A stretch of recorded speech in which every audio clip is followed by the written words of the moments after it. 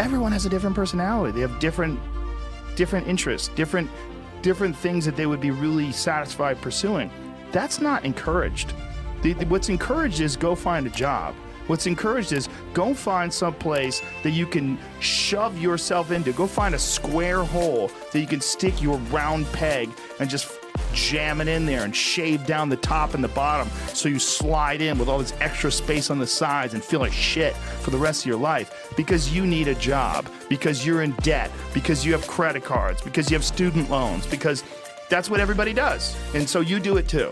That's what's wrong. What's wrong is that we don't give, it's like let them figure it out on their own, and it fucking takes forever. It took forever for me. The only thing that I had going for me was that I was crazy, and that I'd been spending most of my high school years fighting, so that I was already so far outside of anybody that I was so weird. I didn't fit in anywhere. I was weird too. Isn't that funny? I didn't feel like I had a pot. I knew one thing. I couldn't work like a regular job. Like I had to figure out something else, because like there's the idea of, it was literally the idea of being in an office was like torture. The hinge point between what you just said is that you said, I couldn't stand this, I couldn't work the real job, I couldn't fit into this, so I did something, I had to find another way. A lot of people get stuck with the "so I had to find another way" part. I think the problem is, though, is that it would be great, for example, to have half your schooling, maybe at that young age, be sort of a Montessori model where you say, okay, we spent our time on reading, writing, and arithmetic. Now we want you to go around, and it has to be, you can't be playing video games unless playing video games is what you want to do for a living and you're going to be able to do some educational work on it. But I mean, I would love to see more of a fostering for the fact that, listen, we're trying to create entrepreneurs here rather than trying to create drone workers on the Amazon assembly line. Now, if you end up on the Amazon assembly line anyway, great, good for you. I'm glad you can bring some food home. But the goal ought to be to let you start a business and maybe employ a bunch of other people, you know?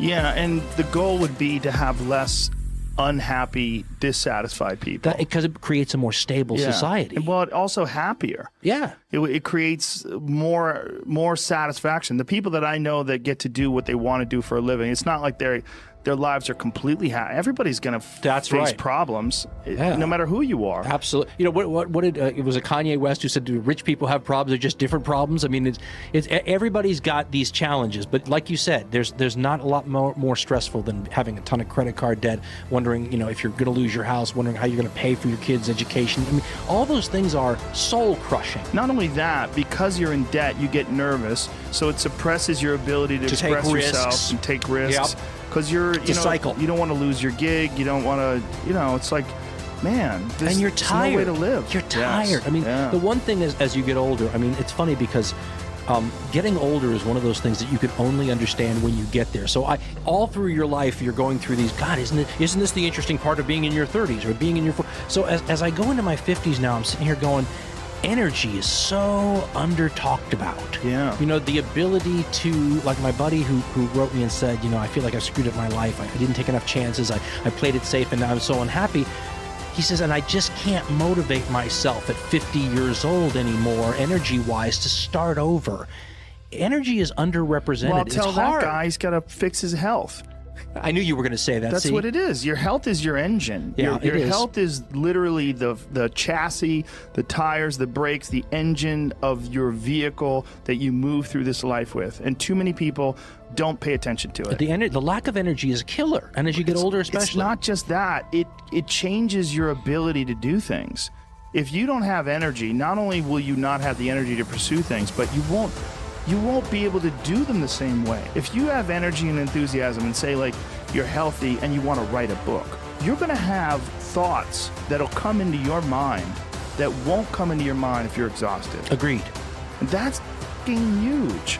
That's huge for anything you're trying to pursue, whether we're talking about furniture making, whether we're talking about being an author, whatever it is. Let's talk about ideas for a minute, because I think that's another one. When we talk about small businesses or starting as an entrepreneur, I'm one of those people that is not sure that we don't have a finite number of ideas to each of us, and all of them are valuable enough, even if they don't appear to be on the surface, to write down.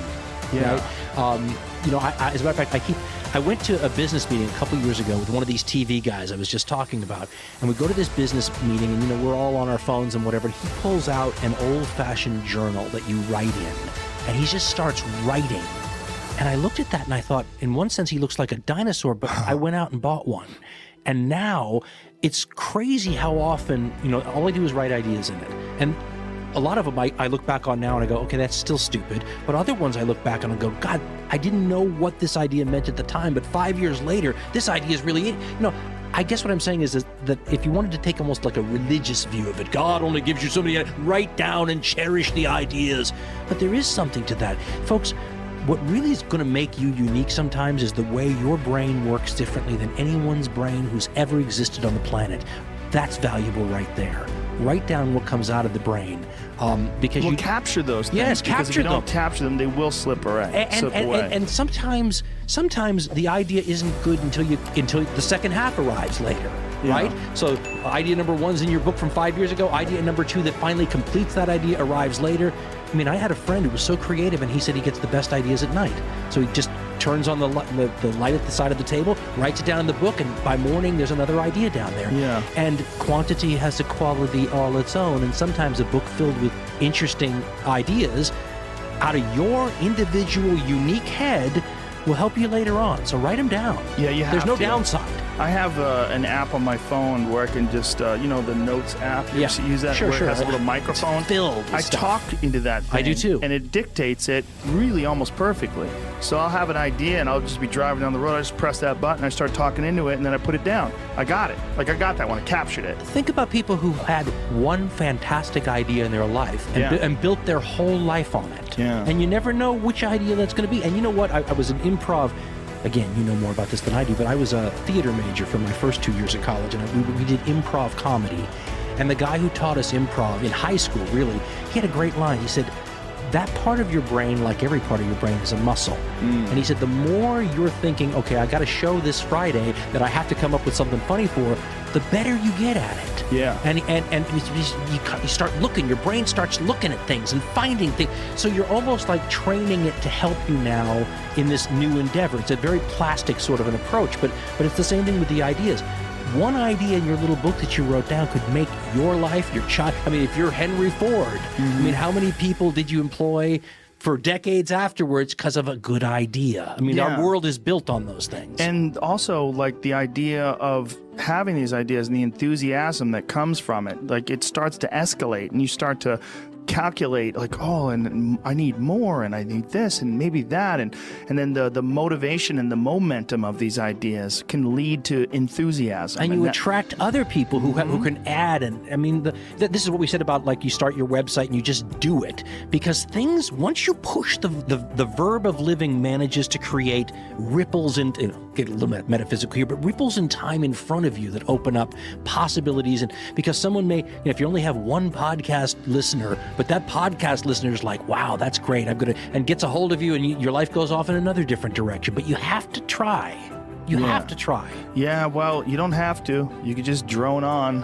But I would recommend not doing that. I would also suggest that you and I and everyone has an interest in not allowing people to drone on too much, because for the same reason I talked about we did a common sense show once called The Revenge of the Gangrenous Finger.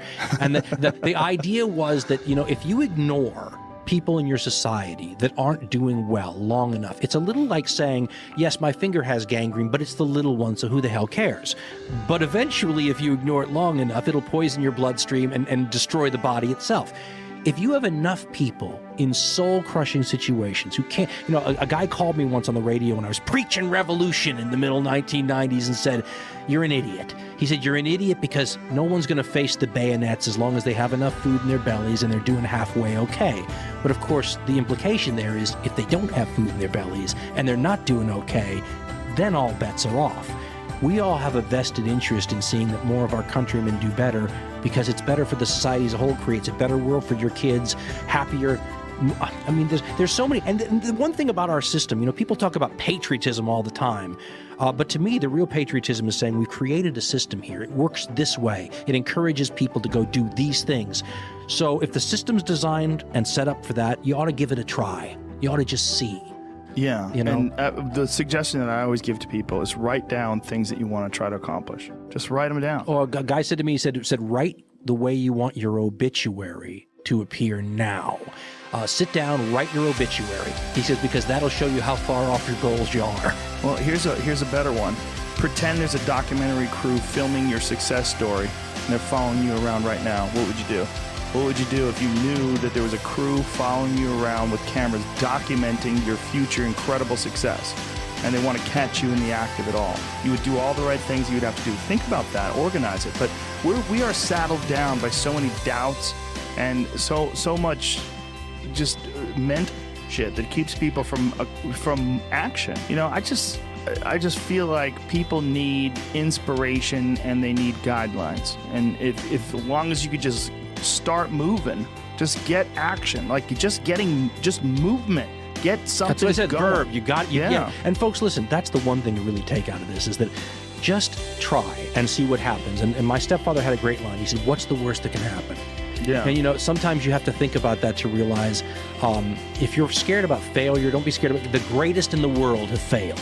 If you're worried about going into debt, I understand that. Don't be scared of failure. I think failure is awesome for you. And that's one of the reasons why, like I said, I like doing things that I suck at. You know, you could get real complacent if you're really good at something and you only do that thing all the time. I agree with that. And you're not growing anymore. Yeah, you're just not challenged. You're not at the bottom of the heap. You know, if you start jiu-jitsu right now and you're a white belt, you're like, oh God, how can I ever get good at this? And it's humbling. But in that humbling thing, you learn about yourself, you learn about discipline, and you build up that engine, that muscle that is trying to work things out and figure things out.